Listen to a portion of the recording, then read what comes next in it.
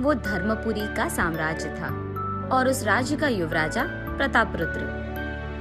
प्रतापरुद्र के पूर्वजों ने बहुत लड़ाइयाँ लड़के बड़ी मेहनत से उस साम्राज्य को खड़ा किया था।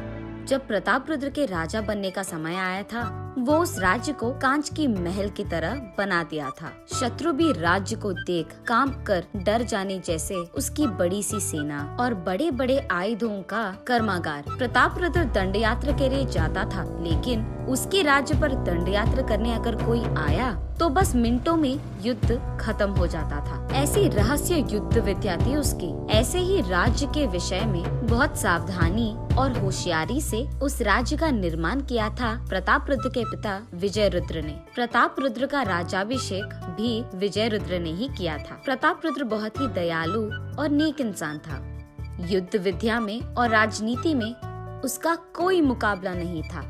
राज्य के सारे समस्याओं को प्रतापरुद्र परीक्षा करता था। जैसे ही वो राजा बन गया था, वो साम्राज्य को अति सुंदर बना दिया था। नुकसान भरे खेतों को वापस हरा भरा बना दिया। प्रतापरुद्र की सभा में एक ही मंत्री था, विश्वाचार्य। विश्वाचार्य पंडित शास्त्र में, ग्रंथों में और राजनीति शास्त्र में बहुत माहिर थे। वो बड़ी सी बड़ी समस्या का भी छोटा सा हल निकालकर उसको खत्म करते थे। प्रतापरुद्र जो भी फैसला लेता था, वो पहले विश्वाचार्य के साथ चर्चा करके ही लेता था। विश्वाचार्य को प्रतापरुद्र अपना गुरु मानता था, इसीलिए वो जो भी शुभ कार्य करने चाहता था, सबसे पहले विश्वाचार्य की आशीर्वाद लेता था। विश्वाचार्य जी को नमस्कार। आचार्य, आशीर्वाद दीजिए कि आज हम जो काम करने वाले हैं उसमें हम सफल हो। विजयोस्तु प्रतापरुद्र। ऐसे ही प्रतापरुद्र जो भी करता था, विश्वाचार्य को कह के ही करता था। ऐसे राज्य का अच्छी देखभाल करता था प्रतापरुद्र। उसकी प्रजा अगर मुश्किलों में थी तो राजा उनकी मुश्किल सुनकर उनकी सहायता करता था। उसकी प्रजा में अगर कोई भूखा भी था तो उसके धान्य घर से वो धान्य के साथ ही धन को भी देता था। कुछ समय बाद धर्मपुरी गांव में बहुत ज्यादा बारिश गिरने के कारण सारे राज्य का सत्यानाश होता है। राज्य में मौजूद सारे खेत खराब हो जाते हैं और उसके साथ ही प्रजा के घर भी। इस मुश्किल के कारण सभी बहुत परेशान होते हैं। राज्य प्रजा के पास मौजूद सारा आहार खत्म हो जाता है। इस सब के बारे में मंत्री के द्वारा युवराजा प्रतापरुद्र पता करता है। महाराजा, राज्य में मौजूद सारे खेत खराब हो गए हैं, उसके साथ ही प्रजा के घर भी। अब तो उनके पास खाने के लिए भी कुछ नहीं बचा है महाराजा। पशु पक्षी को साथ लेकर सभी भूखे पेट रो रहे हैं महाराजा। महामंत्री, ये कैसे हो सकता है? तुरंत हमें इसके बारे में कुछ करना होगा। हमारे धान्य घर में मौजूद सारे आहार को प्रजा में बांट दीजिए।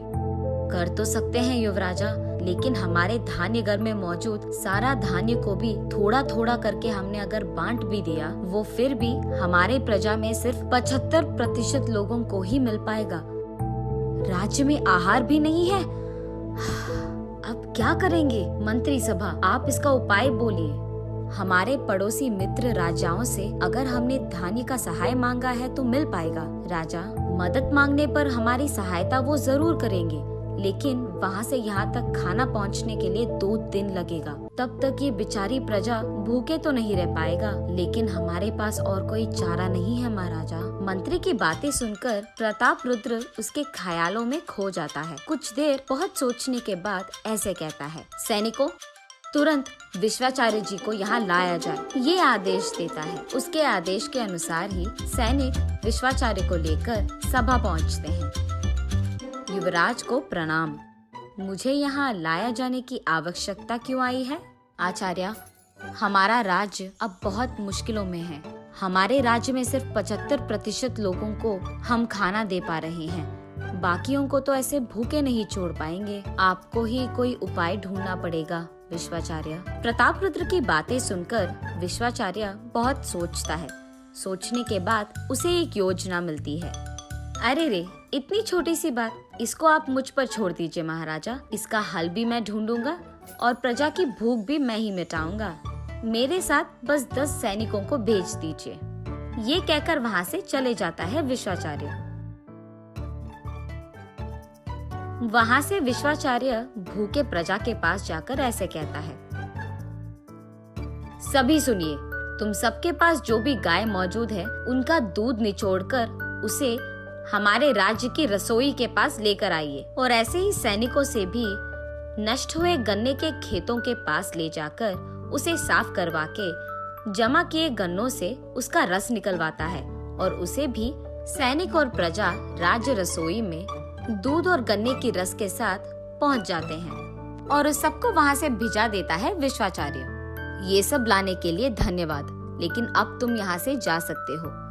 ये कहकर वहाँ मौजूद बावर्ची से विश्वाचार्य ऐसे कहता है, सुनो, इस दूध और गन्ने से अच्छा गन्ने की मिठाई बनाओ। विश्वाचार्य के आदेश के अनुसार ही बावर्ची गन्ने की मिठाई बनाता है। आचार्य, गन्ने की मिठाई तैयार है। हो गया क्या?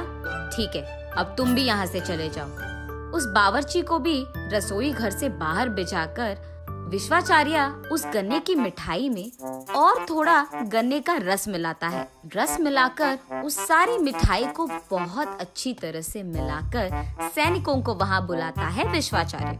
सैनिकों, आहार तैयार है, राजा और प्रजा को यहाँ बुलाओ। सभी वहाँ पहुँचते हैं, और वहाँ पहुँचते ही वहाँ मौजूद गन्ने की मिठाई को देख बहुत खुश होते हैं। पहली बार सारी प्रजा को थोड़ा थोड़ा करके परोसो, उसके बाद जिन जिन को चाहिए वो आकर दूसरी बार परोसेंगे। लेकिन सारी प्रजा पहली बार खाने से ही पेट भरने के कारण वहाँ से खुशी खुशी चले जाते हैं। आहार सबके खाने के बाद भी बहुत बच जाता है। प्रतापरुद्र को ये बात समझ में नहीं आती है कि जो आहार पहले इस सब प्रजा के लिए काफी नहीं था, वो अचानक सबके खाने के बाद भी इतना बच कैसे गया। विश्वाचार्य, आपने ऐसी कौन सी मंत्रा डाली है कि अचानक अब यही आहार सबके लिए काफी हो गया? ये आपने कैसे किया? महाराजा, ये कोई माया या मंत्रा नहीं है। पूर्व आपके जन्मदिन के समारोह में आपने हलवा बनवाया था, याद है? वो हलवा इतना स्वादिष्ट था कि मैं खाने से पहले ही उसके 2 कप खा लिया, लेकिन ज्यादा मीठा होने के कारण मैं और ज्यादा नहीं खा पाया। इतना ही नहीं, उसी दिन आपके जन्मदिन के समारोह में मौजूद बहुत सारा खाना मैं खा ही नहीं पाया। उस दिन मुझे समझ आया कि मीठा ज्यादा होने पर हमारा पेट जल्दी भर जाता है। बस उसी मंत्रा को मैंने यहाँ इस्तेमाल किया है। हालांकि हमारे पास आहार कम था, लेकिन उस गन्ने की मिठाई में गन्ने का रस ज्यादा मिलाने के कारण लोगों को लगा कि उन्होंने ज्यादा खा लिया। बस इतनी सी समस्या के लिए आप इतने परेशान हो गए। ये सुनकर प्रतापरुद्र विश्वाचार्य को प्रणाम करता है।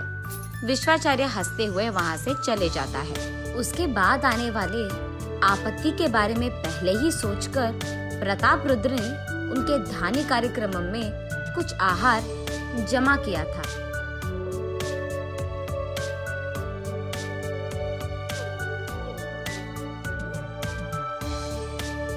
ऐसे कुछ समय बीत जाने के बाद राज्य में एक नास्तिक आदमी आता है। वो उस राज्य में आकर ऐसे कहता है कि वो भगवान में विश्वास नहीं करता है और उनके भगवान से उसका कोई लेना देना नहीं है। ऐसे वो हल्ला मचाने लगता है, इस धरती पे भगवान नामक कोई नहीं है, सब बस एक माया है, माया। ये सब देख राज्य के सैनिकों उस नास्तिक को बंद करके उन्हें राजा के पास लेकर जाते हैं। क्या हुआ? प्रभु, ये गांव में हल्ला मचा रहा है कि भगवान नहीं है और ये भगवान में विश्वास ही नहीं करता, इसलिए उसको आपके पास लेकर आए हैं प्रभु। क्या नास्तिक हो तुम? भगवान में विश्वास नहीं करते हो? तो फिर तुम्हें ये जन्म कहाँ से मिला है? मेरा जन्म मेरे माता पिता की वजह से हुआ है, भगवान की वजह से नहीं। ऐसे राजा के हर प्रश्न का वो उल्टा सीधा जवाब देता था। ये सुनकर विश्वाचार्य उसके पास जाकर ऐसे कहते हैं, ओ, तो तुम कहते हो कि भगवान नहीं है? हाँ, नहीं है। तो जिस भगवान का हम पूजा करते हैं उनका देन तुम नहीं लेते हो, है ना? हाँ, तुम्हारे भगवान का दिया हुआ कुछ भी मैं नहीं छूऊंगा। मैं सिर्फ मनुष्य के बनाया कुछ छूऊंगा। ओह, ऐसे कहते हो? हाँ, ऐसे ही है। तो फिर तुम सांस लेना बंद कर दो, क्योंकि तुम्हारी ये सांस हमारे पूजे हुए वायु भगवान का है, हनुमान के पिता। वायु को तो किसी मनुष्य ने नहीं बनाया। ये बात सुनकर उस आस्थान में मौजूद सभी हंसने लगते हैं। प्रताप रुद्र के साथ ही उस नास्तिक को भी विश्वाचार्य की बातें सुनकर दंग रह जाते हैं और बोलना बंद हो जाता है। मुझे माफ कीजिए प्रभु, आइंदा ऐसा कुछ नहीं करूंगा। ये देख प्रताप रुद्र विश्वाचार्य का अभिनंदन करता है और विश्वाचार्य वहां से हंसते हुए चले जाता है। तब से विश्वाचार्य की बातें और उनके किए काम के बारे में सभी बहुत अच्छा बोलते थे।